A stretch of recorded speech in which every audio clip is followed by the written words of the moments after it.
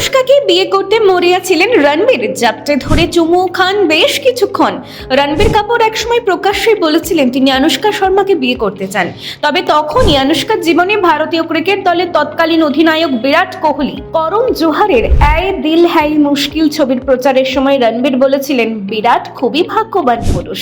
সেই মন্তব্য নিয়েই সেই সময় বেশ চর্চা হয়েছিল। সেই কথোপকথনের সময় রণবীর আনুষ্কার প্রতি তার বিশেষ অনুভূতির কথা সকলের সামনেই প্রকাশ করেছিলেন। যদিও আনুষ্কা সবসময় রণবীরকে ভালো বন্ধু হিসেবেই দেখেছেন।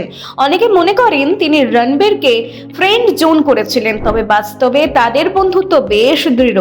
এই ছবিতেই আনুষ্কা শর্মা এবং ঐশ্বর্য রায় বচ্চনের সঙ্গে চুম্বন দৃশ্য ছিল রণবীরের। তবে ঐশ্বর্যের সঙ্গে চুম্বনের দৃশ্য থাকলেও সেটি স্ক্রিনে ফুটিয়ে তোলার সময় আসলেই তাকে চুমু খাননি রণবীর। কিন্তু আনুষ্কার ক্ষেত্রে পুরো ব্যাপারটাই ছিল বাস্তব। রণবীর নিজেই মজার ছলে বলেছিলেন তিনি আনুষ্কাকে আরো বেশি চুমু খেতে চেয়েছিলেন।